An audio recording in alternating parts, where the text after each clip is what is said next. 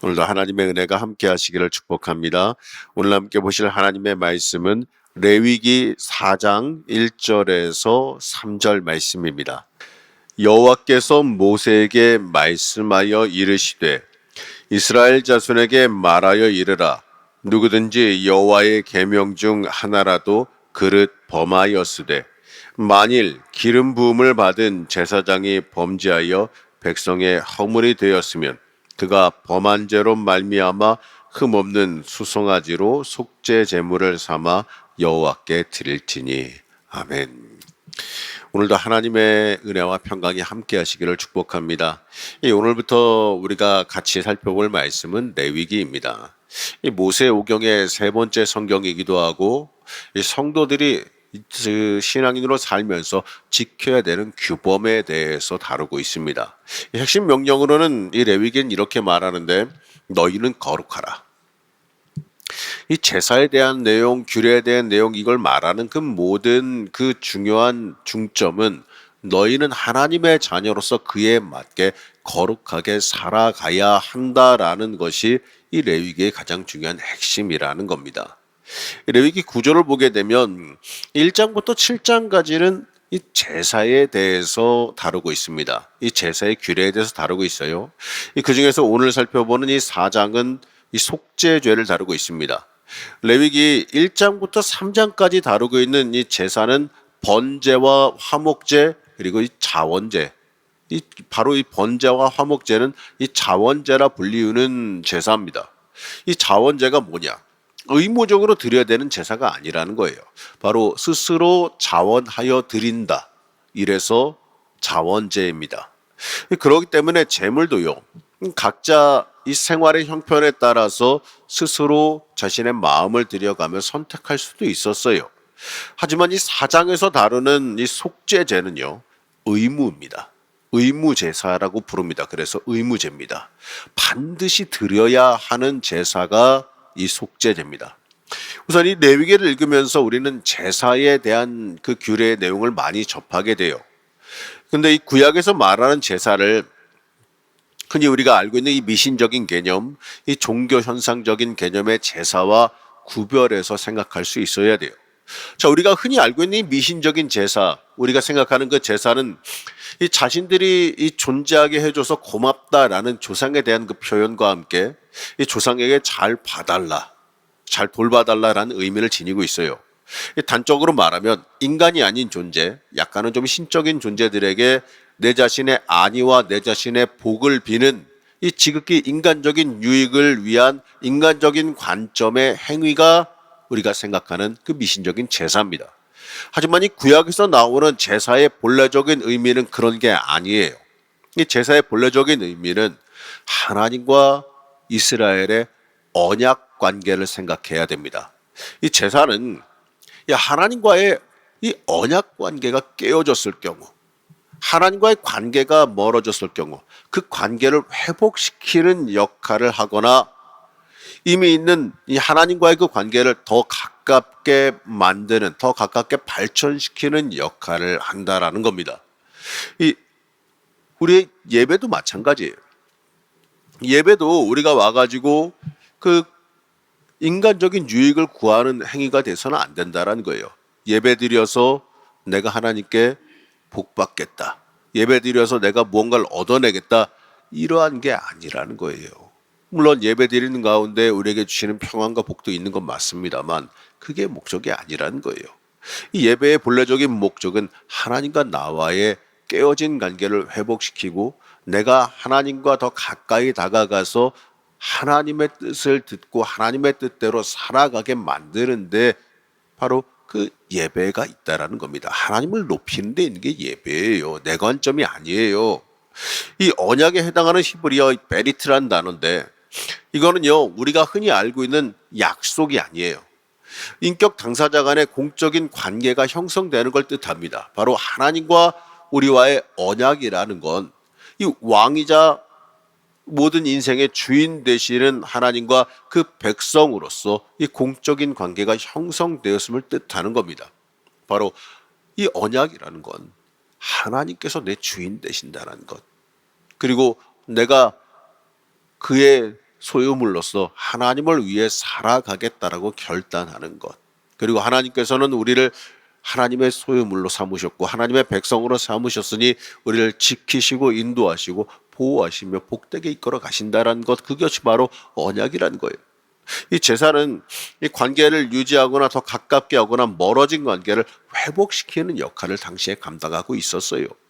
그리고 이 구약의 제사를 보게 되면 이 제사를 드리는 이 제사인 말 그대로 예배를 드리는 사람이 의외로요, 이 제사장보다 스스로 능동적으로 행해야 되는 일이 되게 많은 걸 알 수 있게 됩니다.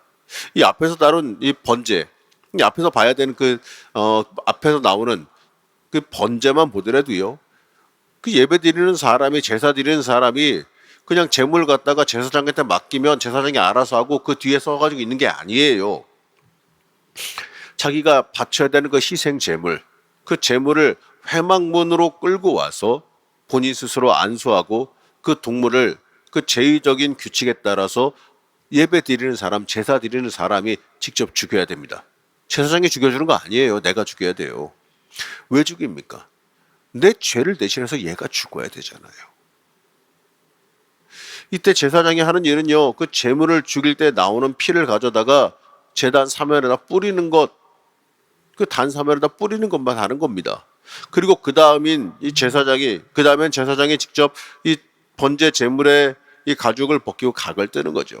그러면 제사장은 그것을 직접 예배 드리는 사람이 그 번제 제물의 가죽도 벗겨야 되고 각도 다 뜨고 해야 되는 거예요. 그럼 제사장이 그것을 준비되면 가져다가 번제단에 이 준비된 나무 위에다 놓고 불을 붙이는 역할을 하는 게 제사장의 역할이었어요. 레위기의 구조적인 부분에서 보게 되면 같은 제사가 두 번씩 언급됩니다. 1장에서 5장까지는 이 제사 드리는 사람의 관점에서 기록하고 있고, 또 6장에서 7장은 제사장의 관점에서 같은 게 기록되어져 있어요. 이 제사 드리는 사람이 적극적으로 제사에 참여해야 되기 때문에 그 제사법을 잘 알아야 됐거든요. 그렇기 때문에 제사 드리는 사람의 관점에서 기록된 말씀이 더 많은 분량을 차지하고 있는 겁니다. 이러한 구조적인 부분, 이 제사의 참여도를 봤을 때 이 현대적인 이 제사라고 말할 수 있는 우리의 예배와 많은 차이점이 있는 걸 보게 되죠. 이 어찌 보면요, 이 하나님과의 그 관계 회복, 하나님께 더 가까이 나아가는 중요한 역할을 하는 이 예배에서 요즘 우리가 너무나도 이 수동적으로 구경꾼이 되지는 않았나, 이러한 생각을 한번 해봐야 됩니다. 예배의 구경꾼이 아니라 예배의 적극적인 참여자가 돼야지요. 그렇다고 뭘 특별하게 우리가 뭐 예배 형태를 바꾸거나 이런 건 어려우니까 어떻게 해야 되겠습니까? 예배에 임하는 내 자신의 모습이 수동적으로 구경꾼이 되지 않도록 스스로 채찍질을 해야 돼요. 내 스스로 예배에 적극적으로 참여해야 됩니다. 먼저 예배 드리기 전에 나와 준비할 때 기도로 준비해야 되고, 그 전에 우리가 예배 드리면서 내 스스로를 준비해야 되는 모습, 예배 드리면서 찬양하거나 이 교동물 읽거나 이러한 모습도요, 그냥 흘러가는 형식으로 그냥 대충 가는 것이 아니라 거기에 내 마음과 내 심령을 실으려고 해야 되는 거고, 또 말씀을 읽을 때라든지 교동물 읽을 때라든지 그것도 전부 다가 다 그 본문에 맞춰 다 나오는 거거든요. 본문에 맞춰 다 따로 준비하는 거예요. 그러다 보면은 그날에 나에게 주시는 말씀으로 하나님의 음성으로 들으려고 내 스스로의 마음을 여는 준비를 해야겠지요. 그래야 우리가 적극적인 예배의 참여자가 되어줄 수 있는 겁니다. 이 구약의 제사에서 제사인은 이 속죄함에 있어서요, 하나님과의 관계가 깨어진 것을 다시 회복시키는 제사, 이 속죄함에 적극적으로 참여하고 있는 걸 보게 돼요. 자, 그렇다면요, 우리는 하나님의 사람으로 살아가면서 이 하나님과의 관계를 단절시키고 있는 이 죄를 고백하는 데 있어서 이 얼마나 능동적으로 고백하고 있습니까? 우리는 능동적으로 내가 죄인임을 고백하고 애통하는 마음으로 하나님의 용서하심을 매 순간순간마다 구하며 살아갈 수 있어야 돼요. 요즘 교회에서 이 죄의 문제, 헌신의 문제, 이런 것들 잘 얘기 안 해요. 왜냐하면 교인들이 싫어하거든요. 괜히 목사님들 공격받기 싫으니까 잘 안 하고, 또 오해받기 싫으니까 잘 얘기 안 하는 게 죄의 문제예요. 근데 이 죄의 문제를 빼놓고 어떻게 신앙을 이야기하고, 죄의 문제를 빼놓고 어떻게 구원을 이야기합니까?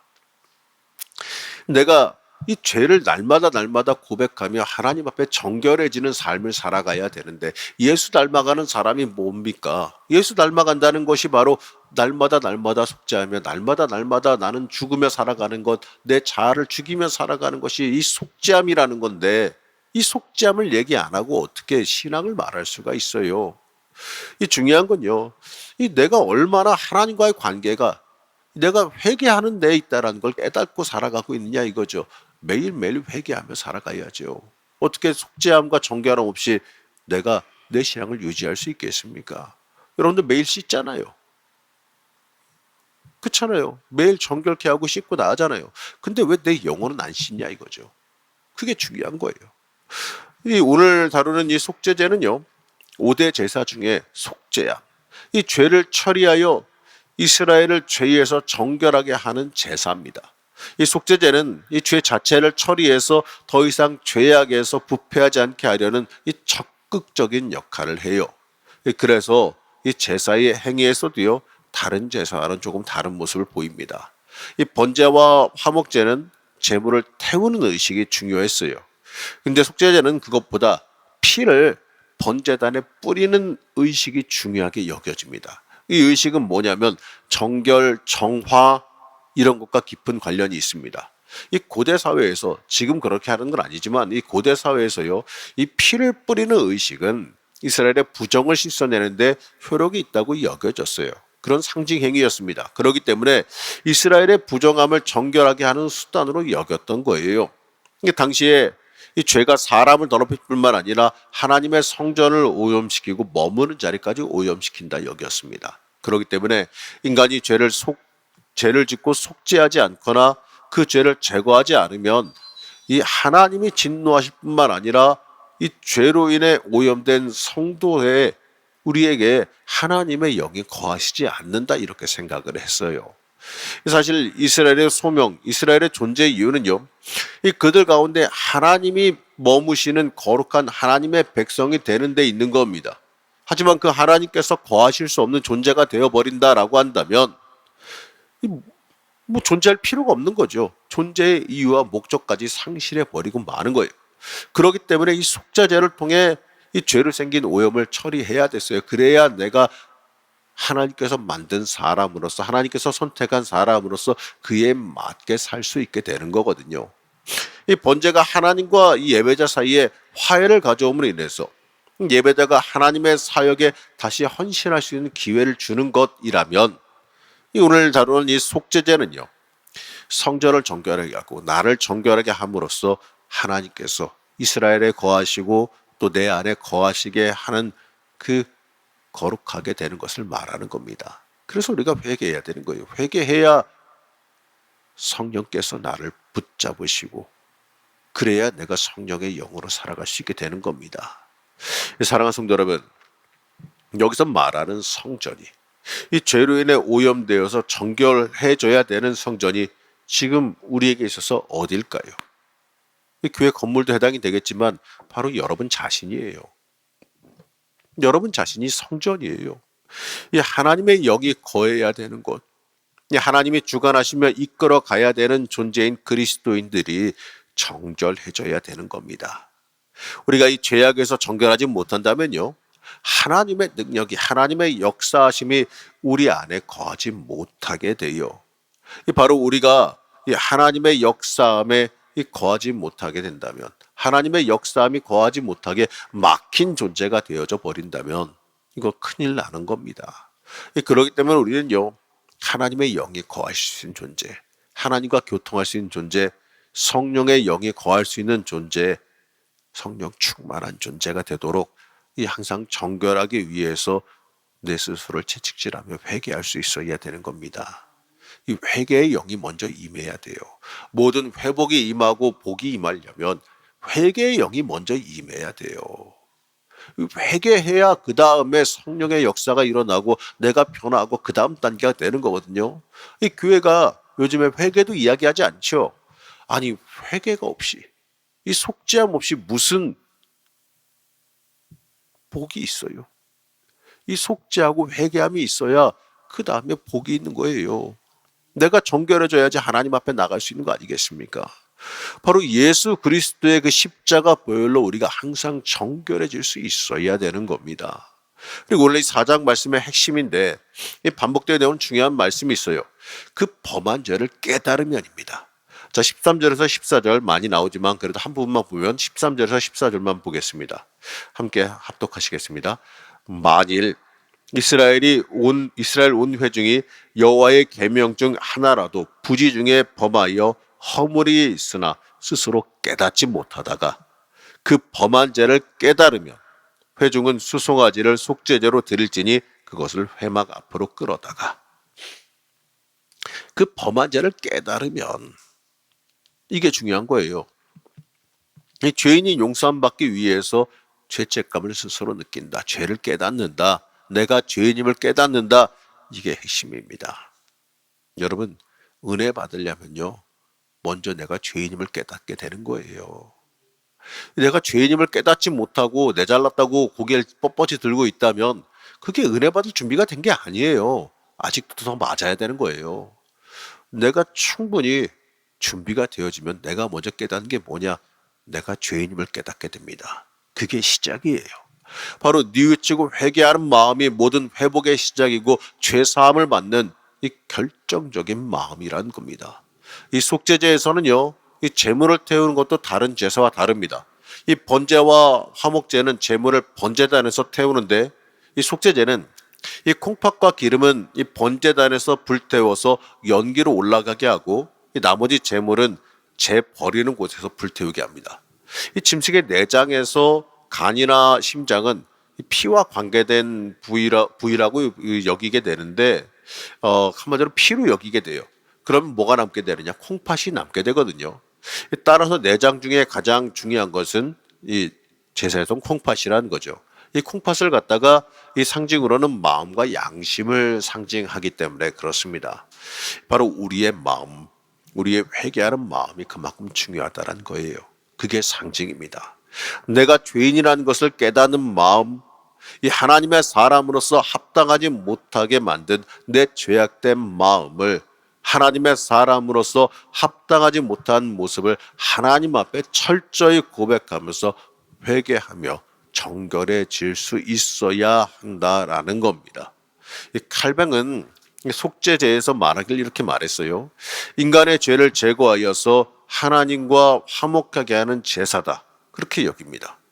그러면서 여기서 말하는 죄책은 육신의 연약함으로 인해서 타락한 범죄, 사단의 습격으로 인해 덫에 걸린 죄를 말한다. 이렇게 말합니다. 여러분, 우리는 태생적으로요, 죄를 범할 수밖에 없어요. 아담의 원죄 이후에 우리는 죄에 노출됐기 때문에 인간의 본성으로만 내버려 두면은요, 여러분 착한 것 같죠? 아니에요. 여러분들 내버려 두면 악한 것들이 여러분 끌고 가기 때문에 내 본성은 죄로 날마다 전진해요. 내가 정신줄 놓으면 안 됩니다. 내가 항상 이 죄악에서 벗어나기 위해서 애쓰고 하나님을 향해서 전진하지 못한다면 나는 날마다 죄악으로 끌려가는 인생이 돼버리고 말아요. 그렇기 때문에 우리는 넘어질 수밖에 없다는 걸 깨달아야 돼요. 인간적인 한계로 인해서 사단이 그냥 안 내버려 두잖아요. 날마다 교묘한 덫을 우리에게 치기 때문에 넘어질 수밖에 없어요. 제가 주일에도 눈이 말하잖아요. 주일 오후에도 이 섭섭하게 몇 번이나 말했지 않습니까? 바로 그러한 것들이 우리의 마음을 뒤집어 놓고 흔들어 놓잖아요. 그런 걸로 해서 넘어지지 않게 우리가 스스로 생각하고 경계해야 됩니다. 그렇기 때문에 우리가 해야 되는 게 뭐냐? 날마다 회개해야 됩니다. 나는 날마다 죽노라. 이게 뭐겠습니까? 나는 날마다 회개하면서 하나님 앞에 엎드리노라. 이렇게 해석할 수 있어야 돼요. 이 어떻게 회개하지 않고서는 어떻게 주님 앞에 엎드릴 수 있습니까? 회개하지 않고서는 어떻게 주님 앞에 나를 꺾을 수가 있겠습니까? 회개하지 않고서 어떻게 물과 같이 변할 수가 있겠어요? 우리는요, 날마다 회개함으로 하나님 앞에 속죄제를 드릴 수 있어야 됩니다. 하나님의 사람으로 하나님의 영이 거하시기에 합당한 사람, 하나님의 그릇으로 합당한 사람이 될 수 있어야 됩니다. 회개의 영이 임할 때 우리의 그릇이 커집니다.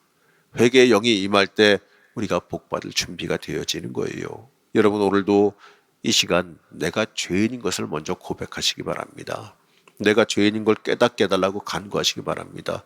그렇게 될 때요, 내 심령이 변하는 역사가 있을 거고, 또 성령의 역사가 임할 것이고, 또 회개가 임할 때 내 인생이 송두리째 변하며 하나님의 주시는 놀라운 축복과 은혜를 더 크게 누리는 역사가 있을 줄로 믿습니다.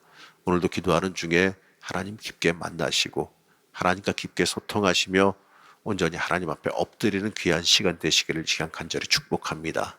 잠시 기도하겠습니다. 우리를 사랑하신 하나님, 우리를 사랑하여 주셔서 이 땅에서 하나님의 사람으로 살아갈 수 있게 인도해 주심에 감사드립니다. 하나님, 우리가 날마다 하나님 앞에 엎드리는 사람 되어지기를 원합니다. 하나님, 회개의 영이 임하게 하여 주셔서 하나님의 사람으로 굳건히 서게 허락하여 주옵시고, 또 그로 인하여서 날마다 하나님께 쓰임받는 사람, 하나님의 사람으로 굳건히 서는 역사가 이 시간 임하게 허락하여 주시옵소서. 회개의 영을 부어 주옵시고, 또 그로 인하여서 우리가 복의 그릇이 되어지고 하나님과의 관계가 회복되어지며 또 하나님 앞으로 가까이 나아가는 복의 열쇠가 임하게 허락하여 주시옵소서. 오늘도 하나님의 역사, 성령의 역사가 있기를 소망하며 거룩하고 존귀하신 예수님의 이름으로 축복하며 기도하였습니다. 아멘.